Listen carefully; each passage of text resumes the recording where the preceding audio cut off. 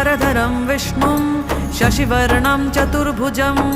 प्रसन्नवदनं ध्यायेत् सर्वविघ्नोपशान्तये।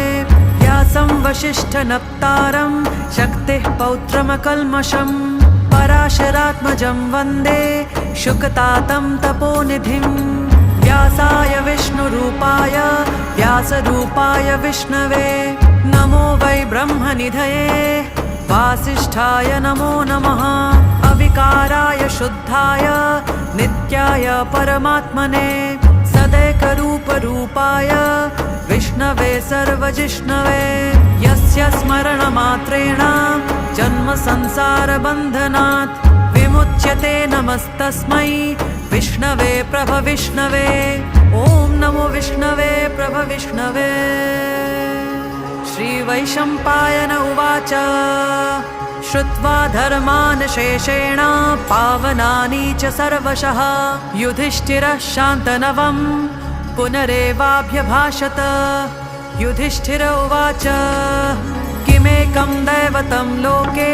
किं वाप्येकं परायणं स्तुवन्तः कं कमर्चन्तः प्राप्नुयुर्मानवः शुभम्। ओ धर्म सर्वधर्माणां भवतः परमो मतः किं जपन्मुच्यते जन्तुर्जन्म संसारबन्धनात्। श्रीभीष्मोवाच जगत्प्रभुं देवदेव मननन्तं पुरुषोत्तमं स्तुवन्नाम सहस्रेण पुरुषः सततोत्थितः तमेव चार्चयन् नित्यं भक्त्या पुरुषमव्ययम् ध्यायन् स्तुवन् नमस्यन् च यजमानस्तमेव च। अनादिनिधनं विष्णुं सर्वलोकमहेश्वरं लोकाध्यक्षं स्तुवन् नित्यं सर्वदुःखातिगो भवेत्। ब्रह्मण्यं सर्वधर्मज्ञं लोकानां कीर्तिवर्धनं लोकनाथं महद्भूतं सर्वभूतभवोद्भवम् एष मे सर्वधर्माणां धर्मोऽधिकतमो मतः यद्भक्त्या पुण्डरीकाक्षं स्तवैरर्चेन्नरः सदा। परमं यो महत्तेजः परमं यो महत्तपः परमं यो महद्ब्रह्म परमं यः परायणम् पवित्राणां पवित्रं यो मङ्गलानां च मङ्गलम् दैवतं देवतानां च भूतानां यो व्ययः पिता यतः सर्वाणि भूतानि भवन्त्यादियुगागमे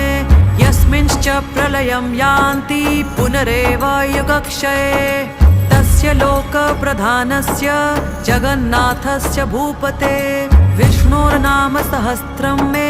शृणु पापभयापहम्। यानि नामानि गौणानि विख्यातानि महात्मनः ऋषिभिः परिगीतानि तानि वक्ष्यामि भूतये।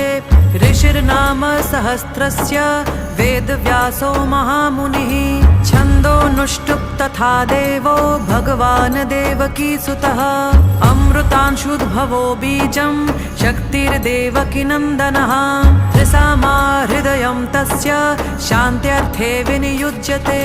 विष्णुं जिष्णुं महाविष्णुं प्रभविष्णुं महेश्वरम् अनेकरूपदैत्यान्तं नमामि पुरुषोत्तमम्। अस्य श्रीविष्णोर्दिव्यसहस्रनामस्तोत्रमहामन्त्रस्य श्रीवेदव्यासो भगवान् ऋषिः अनुष्टुप् छन्दः श्रीमहाविष्णुः परमात्मा श्रीमन्नारायणो देवता अमृतांशुद्भवो भानुरिति बीजम् देवकीनन्दनः स्रष्ठेति शक्तिः उद्भवः शोभनो देव इति परमो मन्त्रः शङ्खवृन्नन्दकी चक्रीति कीलकम् शार्ङ्गधन्वा गदाधर इत्यस्त्रम् रथाङ्गपाणिरक्षोभ्य इति नेत्रम् त्रिसाम सामागसामेति कवचम् आनन्दं परब्रह्मेति योनिः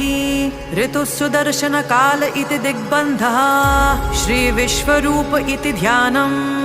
श्रीमहाविष्णु प्रीत्यर्थे श्रीसहस्रनाम जपे विनियोगः ध्यानम्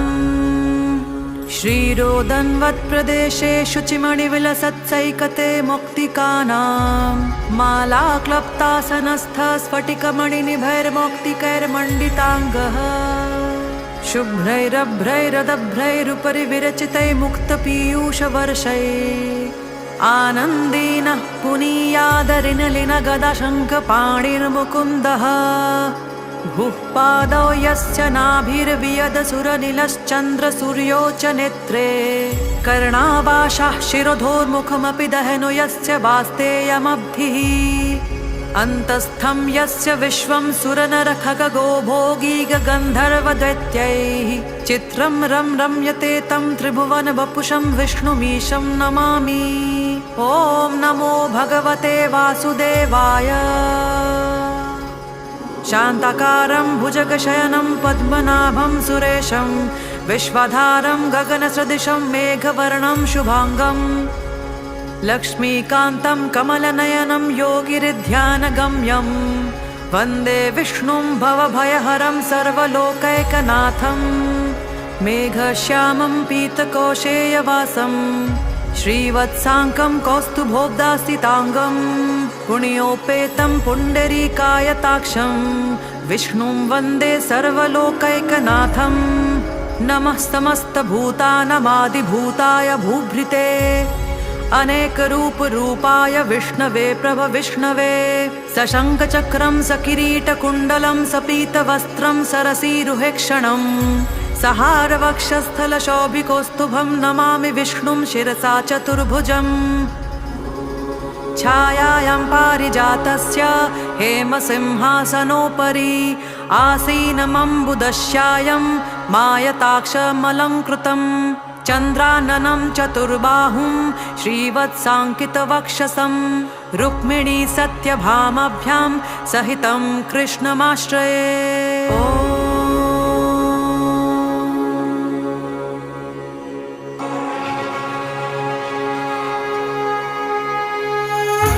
विश्वं विष्णुर्वषट्कारो भूतभव्य भवत्प्रभुः भूतकृद्भूतभृद्भावो भूतात्मा भूतभावनः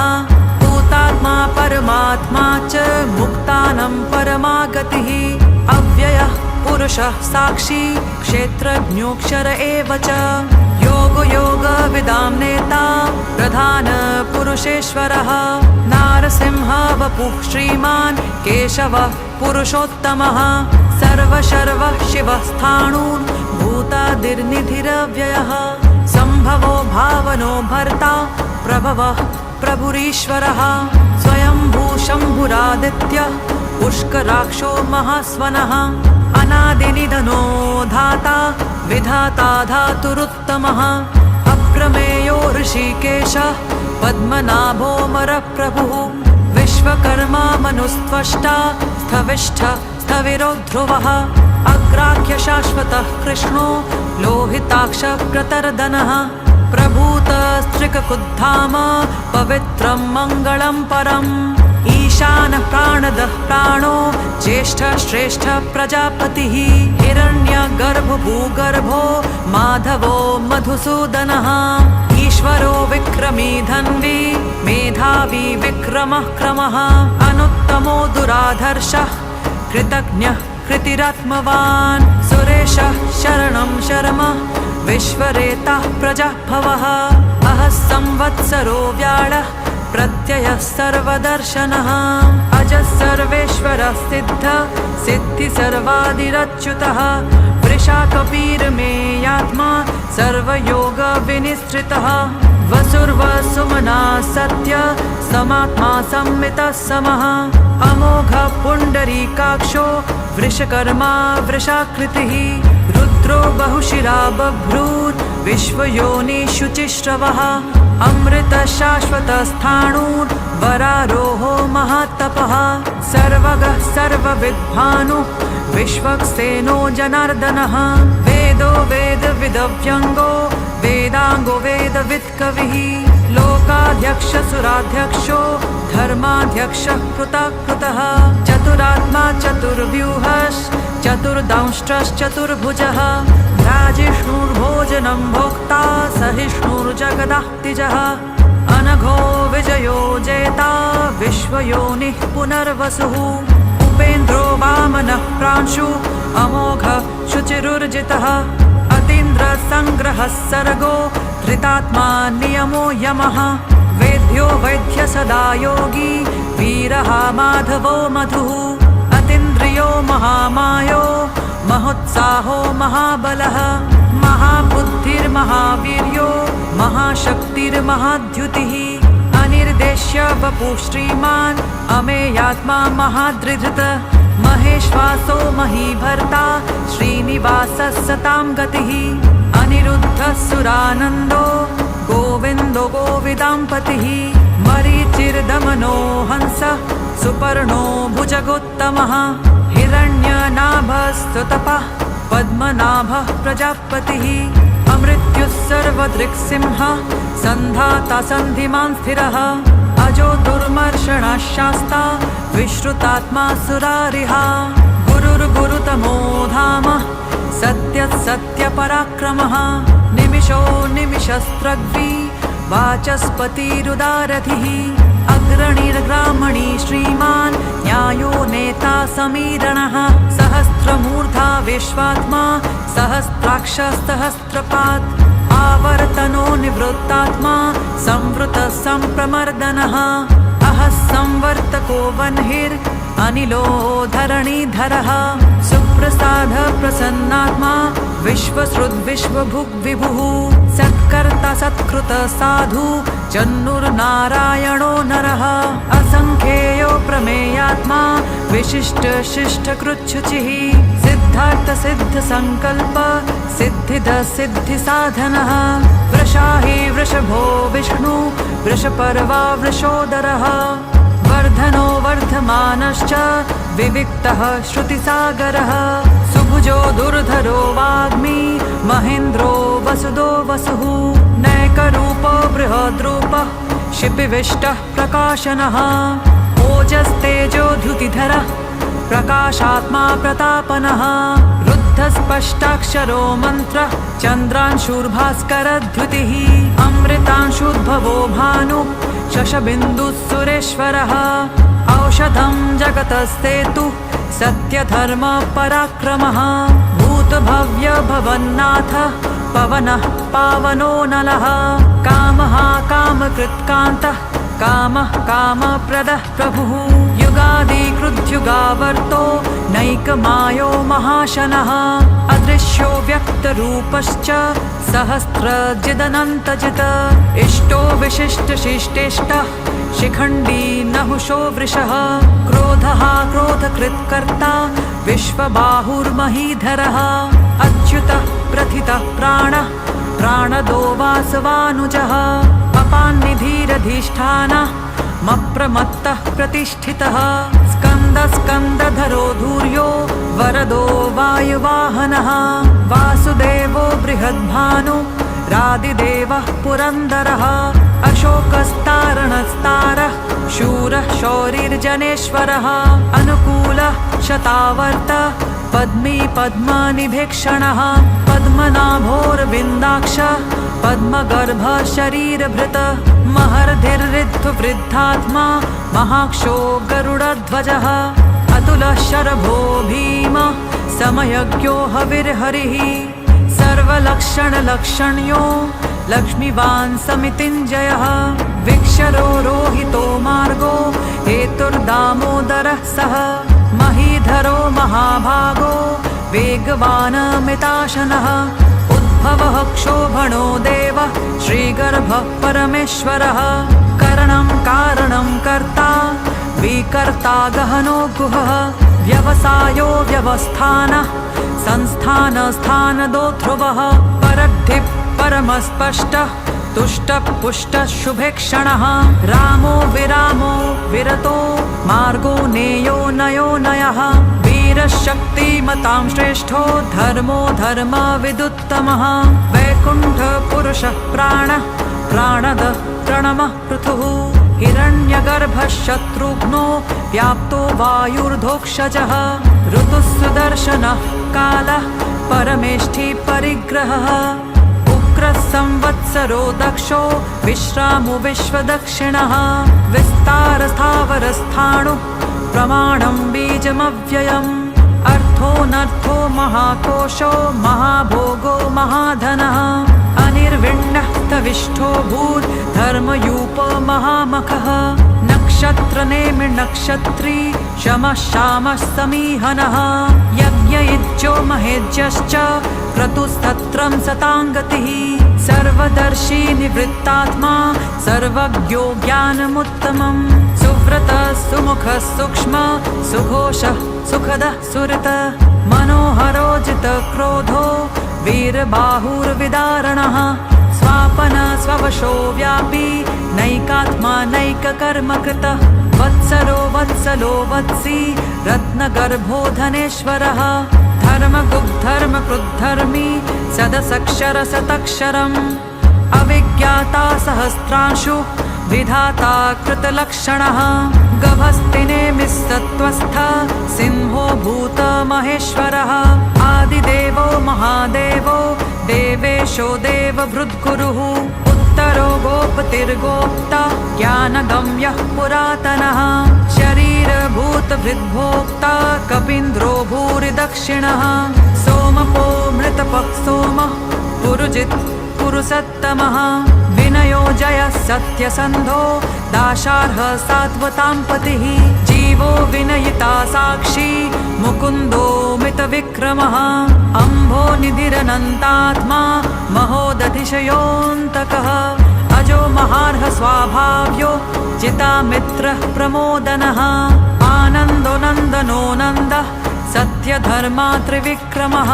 महर्षिः कपिलाचार्यः कृतज्ञो मेदिनीपतिः त्रिपदस्त्रिदशाध्यक्षो महाशृङ्गकृतान्तकृतः महावराहो गोविन्दः सुषेणः कनकाङ्गदी गुह्यो गभीरो गहनो गुप्तश्चक्रगदाधरः वेधास्वाङ्गोचितः कृष्णो दृढः सङ्कर्षणोच्युतः वरुणो वारुणो वृक्षः पुष्कराक्षो महामनः भगवान् भगहानन्दी वनमाली हलायुधः आदित्यो ज्योतिरादित्य सहिष्णुर्गतिसत्तमः सुधन्वा खण्डपरशुर् दारुणो द्रविणप्रदः दिविस्पृक्सर्वदृग्व्यासो वाचस्पतिरयोनिजः त्रिसामा सामगः साम निर्वाणं भेषजं भिषक् सन्न्यासकृच्छमः शान्तो निष्ठा शान्तिपरायणम् शुभाङ्गः शान्तिदः स्रष्टा कुमुदः कुवलेशयः गोहितो गोपनिर्गोप्ता वृषभाक्षो वृषप्रियः अनिवर्ती निवृत्तात्मा संक्षेप्ताक्षेमकृच्छवः श्रीवत्सवक्ष श्रीवास श्रीपति श्रीमताम्बरः श्रीधः श्रीशः श्रीनिवास श्रीनिधि श्रीविभावनः श्रीधरः श्रीकरः श्रेयः श्रीमान् लोकत्रयाश्रयः स्वक्षस्वङ्गशतानन्दो नन्दिर्ज्योतिर्गणेश्वरः विजितात्मा विधेयात्मा सत्कीर्तिश्चिन्न संशयः उदीर्ण सर्वतश्चक्षुरनीश शाश्वतस्थिरः भूषयो भूषणो भूतिर्विशोकशोकनाशनः अर्चिष्मानर्चितः कुम्भो विशुद्धात्मा विशोधनः अनिरुद्धो प्रतिरथः प्रद्युम्नो मितविक्रमः कालनेमिनिः शौरिः शूरः शूरजनेश्वरः त्रिलोकात्मा त्रिलोकेशः केशवः केशिः हरिः कामदेवः कामपालः कामी कान्तः कृतागमः अनिर्देश्य वपुर्विष्णु वीरोऽनन्तो धनञ्जयः ब्रह्मण्यो ब्रह्मकृत् ब्रह्मा ब्रह्मा ब्रह्मा विवर्धनः ब्रह्मविद् ब्राह्मणो ब्रह्मी ब्रह्मज्ञो ब्राह्मणप्रियः महाक्रमो महाकर्मा महातेजा महोरगः महाक्रतुर्महायज्वा महायज्ञो महाहविः स्तव्यस्तव प्रियः स्तोत्रम् स्तुतस्तोतारणप्रियः पूर्णः पूरयिता पुण्यः पुण्यकीर्तिरनामयः मनोजवस्तीर्थकरो वसुरेता वसुप्रदः वसुप्रदो वासुदेवो वसुर्वसुमना हविः सद्गति सत्कृति सत्ता सद्भूति सत्परायणः शूरसेनो यदुश्रेष्ठ सन्निवासः सुयामुनः भूतावासो वासुदेव सर्वासु निलयो नलः दर्पः दर्पदो दृप्तो दुर्धरोऽथापराजितः विश्वमूर्तिर्महामूर्ति दीप्तमूर्तिरमूर्तिमान् अनेकमूर्तिरव्यक्तः शतमूर्तिशताननः एकोनैकः सवः कः किं यत्तत्पदमनुत्तमम् लोकबन्धुर्लोकनाथो माधवो भक्तवत्सलः सुवर्णवर्णो हेमाङ्गो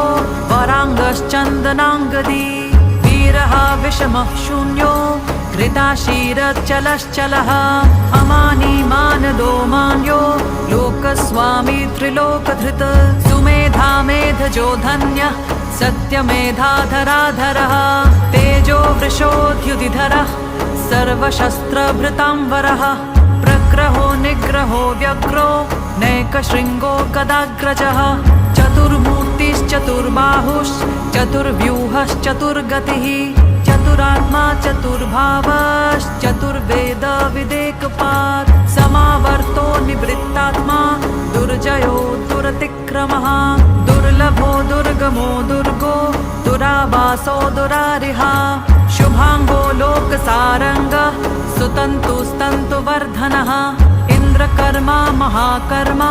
कृतकर्मा कृतागमः उद्भवः सुन्दरः सुन्दो रत्ननाभः सुलोचनः अर्को वाजसनिः शृङ्गी जयन्तः सर्वविजयी सुवर्णबिन्दुरक्षोभ्य सर्ववागीश्वरेश्वरः महाह्रदो महागर्तो महाभूतो महानिधिः कुमुदः कुन्दरः कुन्दः पर्जन्यपवनो निलः अमृताशोऽमृतवपुः सर्वज्ञ सर्वतोमुखः सुलभः सुब्रतः सिद्धः शत्रुजिच्छत्रुतापनः न्यग्रोधो दुम्बरोऽश्वत्थः चाणूरान्ध्रनिषूदनः सहस्राक्षी सप्तजिह्वः सप्तैधा सप्तवाहनः अमूर्तिरनघो चिन्त्यो भयकृद्भयनाशनः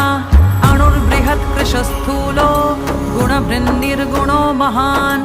अधृतस्वधृतस्वास्य प्राग्वंशो वंशवर्धनः भारभृत्कथितो योगी योगिशः सर्वकामदः आश्रमश्रमणः श्रामः सुपर्णो वायुवाहनः धनुर्धरो धनुर्वेदो दण्डो दमयिता दमः अपराजितः सर्वसहो नियन्ता नियमो यमः सत्त्ववान् सात्विकः सत्य सत्यधर्मपरायणः अभिप्रायः प्रियार्होधः प्रियकृत्प्रीतिवर्धनः विहाय सगतिर्ज्योति सुरुचिर्हुतभुग्विभुः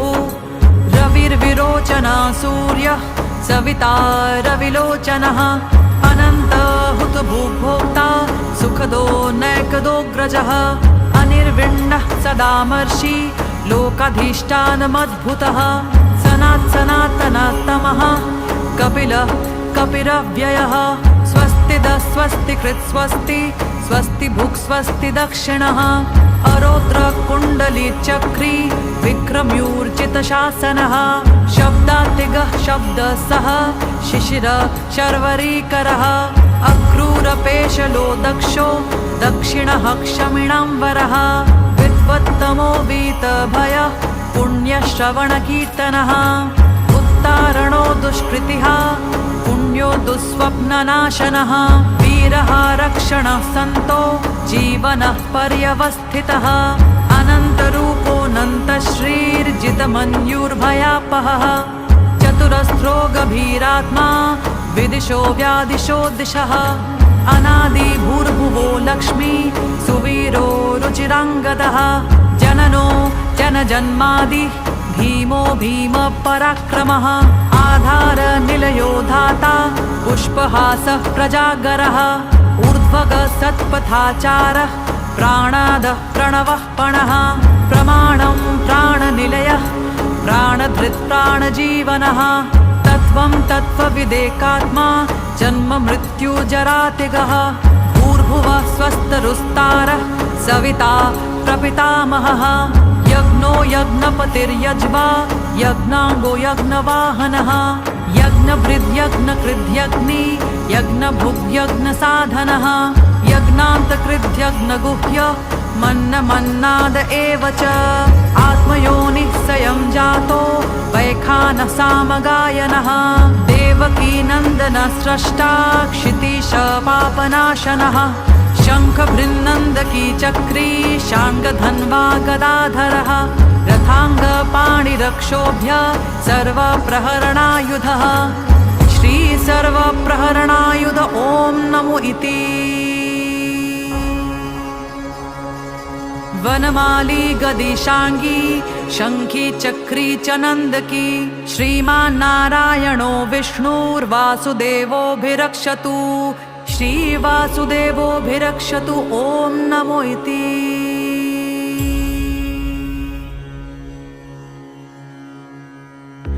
इतीदं कीर्तनीयस्य केशवस्य महात्मनः नाम्नां सहस्रं दिव्यानामशेषेण प्रकीर्तितम् ययिदं शृणुयान् नित्यं यश्चापि परिकीर्तयेत् नाशुभं प्राप्नुयात् किञ्चित् सोमुत्रेह च मानवः वेदान्तगो ब्राह्मणः स्यात् क्षत्रियो विजयी भवेत् वैश्यो धनसमृद्धिः स्यात् क्षुद्रसुखमवाप्नुयात् धर्मार्थी प्राप्नुयात् धर्ममर्थार्थी चार्थमाप्नुयात् कामानवाप्नुयात् कामी प्रजार्थी चाप्नुयात् प्रजा भक्तिमान् यः सदोत्थाय शुचिस्तद्गतमानसः सहस्रं वासुदेवस्य नाम्नां एतत् प्रकीर्तयेत् यशः प्राप्नोति विपुलं ज्ञाति प्राधान्यमेव च अचलां श्रियमाप्नोति श्रेयः प्राप्नोत्यनुत्तमम् न भयं क्वचिदाप्नोति वीर्यं तेजश्च विन्दति भवत्य रोगो द्युतिमान् बलरूप गुणान्वितः रोगार्तो मुच्यते रोगात् बद्धो मुच्येत बन्धनात् भयान्मुच्येत भीतस्तु मुच्यतापन्न आपदः दुर्गाण्य तितरत्याशु पुरुषः पुरुषोत्तमं स्तुवन्नाम सहस्रेण नित्यं भक्ति समन्वितः वासुदेवाश्रयो मर्त्यो वासुदेवपरायणः सर्वपाप विशुद्धात्मा याति ब्रह्म सनातनम् न वासुदेव भक्तानाम् अशुभं विद्यते क्वचित् जन्म मृत्यु जरा व्याधि भयं नैवोपजायते इमं स्तवमधीयानः श्रद्धाभक्ति समन्वितः युज्येतात्मसुखक्षान्ति श्रीधृति स्मृतिकीर्तिभिः न क्रोधो न च मात्सर्यं न लोभो नाशुभा मतिः भवन्ति कृतपुण्यानां भक्तानां पुरुषोत्तमे द्योतचन्द्रार्कनक्षत्राखं दिशो भूर्महोदधिः वासुदेवस्य वीर्येण विधृतानि महात्मनः ससुरासुरगन्धर्वं सयक्षोरगराक्षसं जगद्वशे वर्ततेदं कृष्णस्य सचराचरम् इन्द्रियाणि मनोबुद्धि सत्त्वं तेजो बलं धृतिः वासुदेवात्मकान्याहुः क्षेत्रं क्षेत्रज्ञ एव च सर्वागमानमाचारः प्रथमं परिकल्पितः आचार प्रथमो धर्मो धर्मस्य प्रभुरच्युतः ऋषयः पितरो देवा महाभूतानि धातवः जङ्गमाजङ्गमं चेदं जगन्नारायणोद्भवम् योगो ज्ञानं तथा साङ्ख्यं विद्या शिल्पादिकर्म च वेदः शास्त्राणि विज्ञानमेतत् सर्वं जनार्दनात् एको विष्णुर्महद्भूतं पृथग्भूतान्यनेकशः त्रीन् लोकान् व्याप्य भूतात्मा भुक्ते विश्वभुगव्ययः इमं स्तवं भगवतो विष्णोर्व्यासेन कीर्तितं पठेद्य इच्छेत् पुरुषः श्रेयः प्राप्तुं सुखानि च विश्वेश्वरमजं देवं जगतः प्रभवाप्ययम् भजन्ति ये पुष्कराक्षं न ते यान्ति पराभवम् न ते यान्ति पराभवम् ॐ नम इति अर्जुनोवाच पद्मपत्र विशालाक्ष पद्मनाभ सुरोत्तम भक्तानामनुरक्तानां त्राता भव जनार्दन। श्रीभगवानुवाच यो मां नाम सहस्रेण स्तोतुमिच्छति पाण्डव सोऽहमेकेन श्लोकेन स्तुत एव न संशयः। स्तुत एव न संशय ॐ नमो इति। व्यास उवाच वासनाद्वासुदेवस्य वासितं ते जगत्त्रयं सर्वभूतनिवासोऽसि वासुदेव नमोऽस्तु ते। श्रीवासुदेव नमोऽस्तुत ॐ नमो इति। पार्वत्युवाच केनोपायेन लघुना विष्णोर्नाम सहस्रकम् पठ्यते पंडितैर्नित्यं श्रोतुमिच्छाम्यहं प्रभो। ईश्वर उवाच श्रीराम राम रामेति रमे रामे मनोरमे सहस्रनाम तत्तुल्यं राम नाम वरानने। श्रीराम राम रामेति रमे रामे मनोरमे सहस्रनाम तत्तुल्यं राम नाम वरानने। श्रीराम राम रामेति रमे रामे मनोरमे सहस्रनाम तत्तुल्यं राम नाम वरानने। श्रीराम नाम वरानन ॐ नम इति। ब्रह्मोवाच नमोऽस्त्वनन्ताय सहस्रमूर्तये सहस्रपादाक्षिशिरोरुबाहवे सहस्रनाम्ने पुरुषाय शाश्वते सहस्रकोटियुगधारिणे नमः। सहस्रकोटियुगधारिण ॐ नम इति। संजय उवाच यत्र योगेश्वर कृष्णो यत्र पार्थो धनुर्धरः तत्र श्रीर्विजयो भूतिर्ध्रुवा नीतिर्मतिर्मम। श्रीभगवानुवाच अनन्याश्चिन्तयन्तो मां ये जनाः पर्युपासते तेषां नित्यभियुक्तानां योगक्षेमं वहाम्यहम्। परित्राणाय साधूनां विनाशाय च दुष्कृतां धर्मसंस्थापनार्थाय सम्भवामि युगे युगे। आर्ता विषण्णाः शिथिलाश्च भीताः घोरेषु च व्याधिषु वर्तमानाः संकीर्त्य नारायण शब्दमात्रं विमुक्तदुःखाः सुखिनो भवन्ति।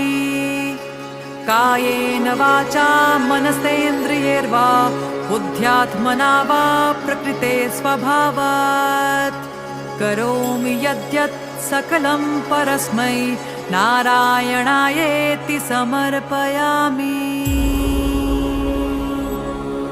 इति श्रीविष्णुसहस्रनामस्तोत्रं समाप्तम्।